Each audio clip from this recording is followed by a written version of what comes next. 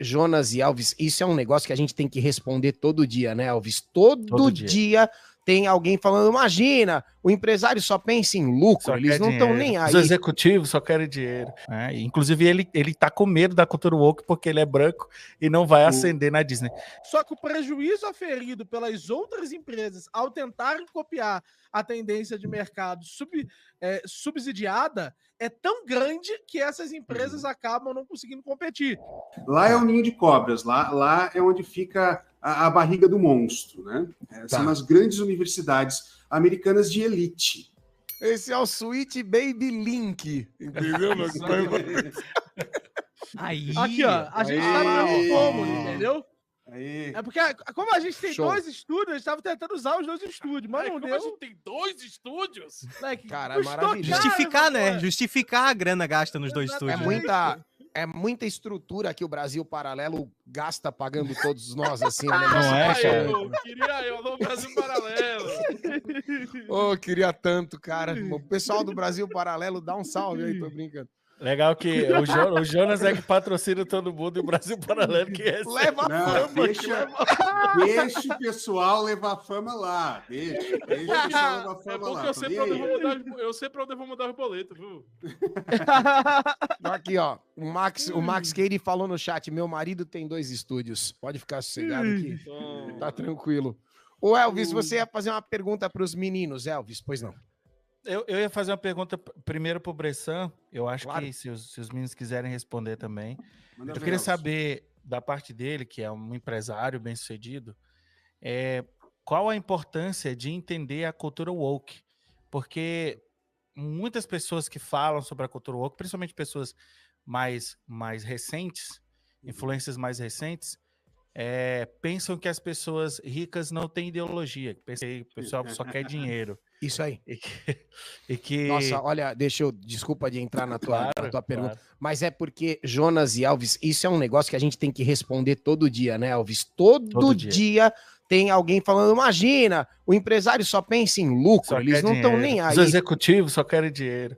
Esses dias lá no Heróis a gente fez um vídeo mostrando o Michael Giordano, acho que é o nome dele, de um executivo da Disney, o vice-presidente de séries lá da Disney, completamente woke, né? Inclusive ele tá com medo da cultura woke porque ele é branco e não vai ascender na Disney.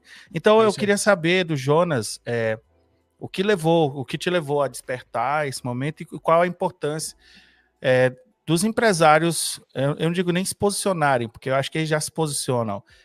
São os players que dizem que eles não se posicionam. Foi eu caí.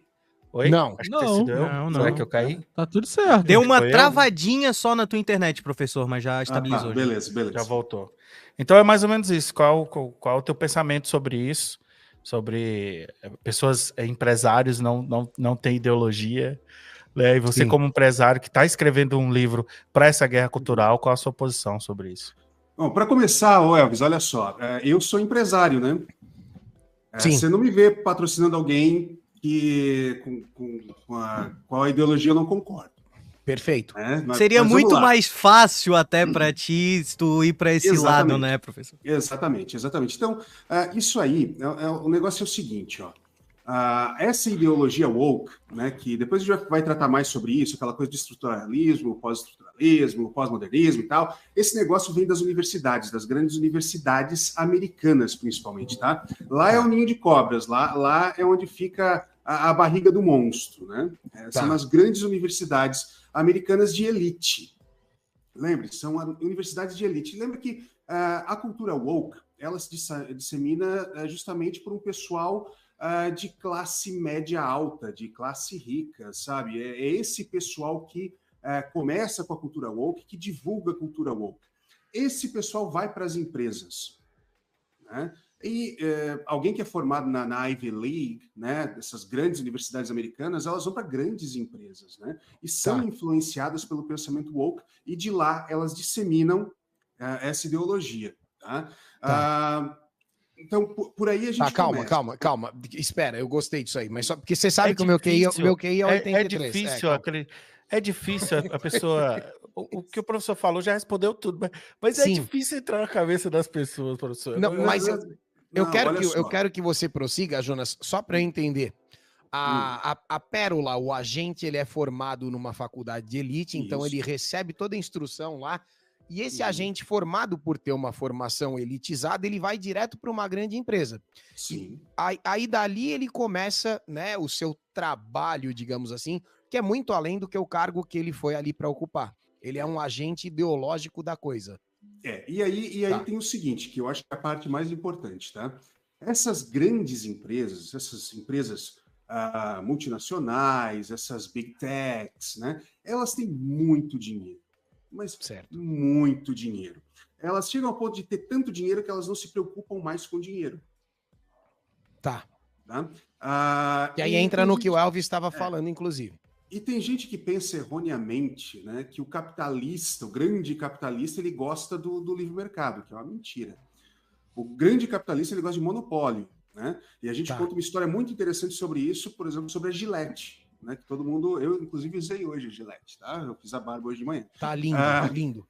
Tô maravilhoso, né? Sim. E o que acontece? Esse pessoal, para eles, além de ter essa ideologia realmente incorporada, para eles faz muito bem para os negócios. Eles vendem mais, eles vendem menos. Não, eles até vendem menos em algumas ocasiões, né? Como a própria Disney, por exemplo. Mas o que acontece? Eles conseguem estabelecer, por meio de atuação com o governo, inclusive, tá? Várias regulamentações, várias leis que ajudam essas empresas a ter monopólios. Tá? Você imagina o seguinte, se você é obrigado, por meio de uma regulamentação, a ter algum trato com o meio ambiente, com a contratação na hora do trabalho tem que ser determinadas pessoas de acordo com orientação sexual, cor e tudo mais, sabe? Sim. Essas grandes empresas, elas conseguem dar conta disso. Elas conseguem arcar, né, com a despesa de ter esse tipo de situação ali na empresa delas. As empresas pequenas não. Elas não conseguem. Né? E elas instituem também, junto com governos, junto com bancos, inclusive o Itaú é um grande player aqui no Brasil, né? Você consegue ter empréstimos, né, subsidiados, você consegue dinheiro mais barato. Então, essas empresas conseguem ter muito mais lucro se utilizando dessas pautas woke do que as empresas menores. Então, elas acabam criando um monopólio. Então, para elas, vale muito a pena fazer isso. Caramba. Tá bom. É uma mistura das coisas, né? Querido, eu acho que é muito importante salientar o motivo até pelo qual você disse que você acredita que eles não gostam de dinheiro no curto prazo, né? Na verdade, eles gostam muito de dinheiro. Que eles estão dispostos a perder dinheiro no curto prazo para forçar a política. Isso, né? Exato. Eles vão fazer um prejuízo pequeno no curto prazo, ou relativamente grande no curto prazo, só que o prejuízo aferido pelas outras empresas ao tentarem copiar a tendência de mercado subsidiada é tão grande que essas empresas acabam não conseguindo competir. Então, não é que elas não gostam de dinheiro, é que eles estão dispostos a tacar dinheiro no lixo, desde que esse lixo renda um longo prazo benéfico para elas. É isso aí. Tá. Tirar da balança, tirar da equação o ideal das pessoas, não me parece uma coisa, sei lá, ingênua, para usar uma palavra menos ofensiva. Uma pessoa que hoje vive na internet, que vive nesse mundo, essas pessoas só querem dinheiro. Só é dinheiro, então eles não estão preocupados com essas pautas e tudo mais. Eu falo isso porque muitos players aqui no Brasil, pessoas muito legais, incríveis, pessoas que eu sou fã, falam isso. E assim, eu queria ter a oportunidade de entregar esse livro de vocês para elas, entendeu? Tipo assim, mas cara, lê isso aqui. O dinheiro só entra por uma determinada parte da cadeia alimentar. Quem define essas políticas são os grandes formadores de agenda. Então, quem foi o idealista nesse processo? É a ONU, é a Unesco. São essas associações que, de uma forma ou de outra, criam esses planos, criam essas noções, inclusive muitas das noções relativas à representatividade e metas de representatividade, quem criou foi a Unesco, para que essas organizações acabem tendo que cumprir. Então, até é verdade que a ideia existe como uma realidade, mas quem teve a ideia é o que muda. O resto, de alguma forma, está só copiando nesse processo. Tá. É uma estrutura, você tem que enxergar, que é de cima para baixo. Você tem os grandes aqui, né, Miorim? E esse pessoal vai simplesmente a BlackRock. Tá, então peraí. Chegamos aí. Eu queria chegar aí. É porque assim, eu vou botar o chapéu de alumínio que eu quero entrar nessa coisa aí. É aí que eu quero ir. O chat tá falando sem parar de índice ESG. E pelo que vocês estão falando, me ajudem o QI aqui, tá? Eu entendi o seguinte. Quando a Marvel lança um filme merda, e isso tem acontecido muito nos últimos 5 anos, ela sabe que esse filme vai flopar na bilheteria, mas o dinheiro que ela está perdendo, entre aspas, meio que é um investimento por conta do incentivo que ela recebe de cima. Isso, incentivo fiscal, monetário que ela recebe dessas empresas. Então ela não tá perdendo, ela já ganhou de outra forma. É um falso prejuízo. Sim. É um falso prejuízo. É porque, eu não sei se vocês viram, provavelmente vocês viram e falaram desse caso. Teve recentemente um filme lá que flopou bastante, que era feminino, de uma heroína lá, não lembro o nome exatamente do filme. Mas isso é usado, geralmente as atrizes, quando vão falar do flop do filme, o que elas falam? Que isso é por causa do machismo. Isso. E esse tipo de movimentação que vai sendo feita é justamente para propiciar futuras legislações que vão ser criadas para se implementar cada vez mais mulheres nesse tipo de papel. Então, você consegue ver que, ao longo do tempo, são pouquíssimas produtoras de grandes filmes que nós temos aí no mundo. E ao longo do tempo, essas regulamentações vão sendo implementadas e vai chegar um determinado momento que os filmes que vão ser colocados vão te levar necessariamente a você ter que assistir esse tipo de filme. Em um momento ou outro, isso vai sendo apresentado e preenchido nos concorrentes de uma forma que tudo gira em torno desse tipo de propaganda. Uma hora elas vão bombar por ser a única coisa ali. Sim. É inimaginável que as pessoas vão abandonar o cinema. Se você fizer um número de produções numerosas o suficiente, representativas o suficiente, uma hora você vai ter um pseudo-sucesso. Um filme que vai ter normalizado tanto essas coisas que o público já não vai ter nenhuma estranheza ao assistir esse conteúdo e ele vai bombar. E você vai dizer, olha só, bombou como não tinha bombado os outros ainda. Eu acho que é uma palavra que você falou.